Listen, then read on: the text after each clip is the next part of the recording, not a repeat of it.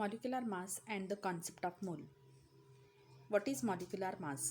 The molecular mass of a substance is the sum of atomic masses of all the atoms in a single molecule of that substance. तर पुढचा जो पीठ आहे molecular mass. आता molecular mass म्हणजे काय?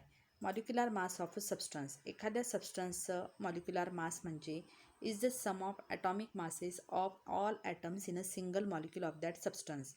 जो सबस्टन्स आपण या ठिकाणी सिलेक्ट केलेला आहे त्या सबस्टन्सच्या सिंगल मॉलिक्यूलमधील एका मॉलिक्यूलमध्ये जेवढे ॲटम्स आहेत त्या ॲटम्सच्या ॲटॉमिक मासेसचा जो सम असतो, जे ॲडिशन असतं, त्याला आपण मॉलिक्युलर मास असे म्हणतो. Like atomic mass, molecular mass is also expressed in the unit Dalton. तर जसे ॲटॉमिक मास आपण डाल्टनमध्ये मेजर करतो तसंच मॉलिक्युलर माससुद्धा डाल्टनमध्ये मेजर केली जाते. How to deduce the molecular mass of H2O. So for finding out the molecular mass of H2O, या ठिकाणी table दिलेला आहे. त्या टेबलमध्ये प्रॉपर वेमध्ये मॉलिक्युलर मास आपल्याला H2O मॉलिक्यूलचं काढून दाखवलेलं आहे. सियर molecule H2O molecular formula. Constituent elements in the water is hydrogen and oxygen. Atomic mass in Dalton. हायड्रोजनचा ॲटॉमिक मास 1 आहे. Number of atoms in a molecule.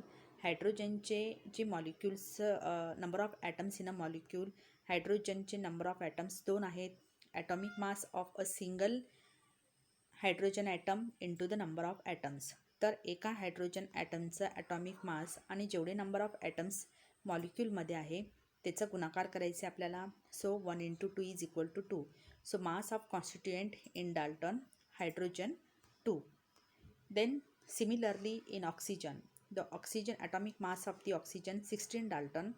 Number of atoms in the molecule. In water molecule only a single atom of the oxygen is present there, so only one. Atomic mass into the number of atom 16 is atomic mass of oxygen, and number of atom only single oxygen atom present in the molecule 16 into 1, so is equal to 16. So see here, what is molecular mass? So molecular mass is nothing but the sum of constituent atomic masses.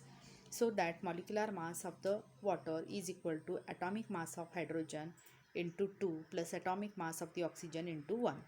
So it gives us 2 plus 16. 2 plus 16, molecular mass of one water molecule is 18. In this way we can calculate the molecular mass of each and every compound.